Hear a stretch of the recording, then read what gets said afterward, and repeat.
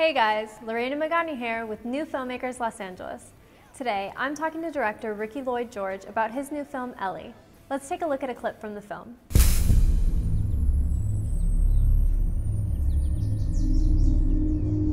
Yes? Yes. Right. Okay. Now you listen, darling. If you can't meet the deadline, you'll be replaced. Turn around. Good, Emmy. Come here. Okay, so Ellie opens with these flashes in a garden of a girl who we see to be a sort of model. And we cut to the present where we see her going into a bar, meeting a nice young guy. And throughout the film, we basically learn more and more flashbacks about her and this strange and eerie life that she's come from, which it turns out is quite a dark place. And we start to look ahead at this nice fellow she's met in a bar and hope and dream for her. And as we do, we find out secrets about her, which is that she's not entirely human.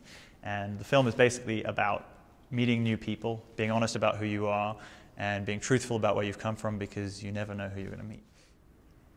How did you come up with the concept for your film, Ellie? The film kind of grew very organically out of a number of different places. I was originally writing it for an actress who wanted kind of a piece for her reel, but me and her kind of bumped heads. Possibly because one of the reasons I thought of putting her as a robot is I thought it was a funny idea, and she probably didn't. I think she might have been slightly insulted. But anyway, this idea of a robot girl kind of stuck in me and my writer's head, and we started kind of running around the idea of what would a perfect girl would be, and the irony that she was actually a robot, but she still had insecurity and weakness like every one of us. And so that kind of idea was an idea we wanted to explore. And the whole classic AI, humans aren't robots, has been done a million times, but we wanted to explore this idea of what if a robot's looking for love, and they have the same insecurities and same awkwardness that we do when we meet someone, and they just are looking for another like-minded soul, and kind of exploring the humanity, I guess you could say, within a robot, putting them in a very everyday context. So that was kind of how the idea grew. How did you come to collaborate with your co-writer, Doug Fisher? Doug is my uncle, so we're family. So he has co-written 3 of my last 4 short films, and he's been in advertising for 20 years. He's great with dialogue. I'm not so good with dialogue, so I sometimes do structure and he does close-knit stuff, but we work back and forth and do a bit of everything. So that's kind of how we split our duties. Why make a short film in the sci-fi genre? I'm a big sci-fi fan, and up until now I'd done horror comedy, I'd done drama comedy, and I just wanted to get sci-fi out of my system, I guess.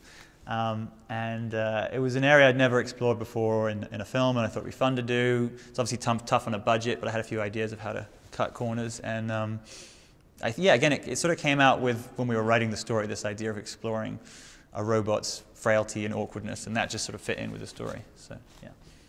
What's next for you? I am editing the longest thing I've directed to date, a 30-minute, it's not quite a feature, but it's almost, featurette, I guess you could call it, which is a horror film I directed last year. It's kind of like a vampire horror thing. I was hired by a producer to do it, and I'm editing that right now. At least I've got an editor. First time I've had an editor working for me, which is cool. So I'm putting that together, and I'm trying to write a feature for him, because he says he wants to make a feature. So that would be very cool. That would probably happen later in the year. And I got a few little web skits I'm doing for friends and stuff. Well, thank you so much for taking the time to talk to us today, Ricky. Not at all.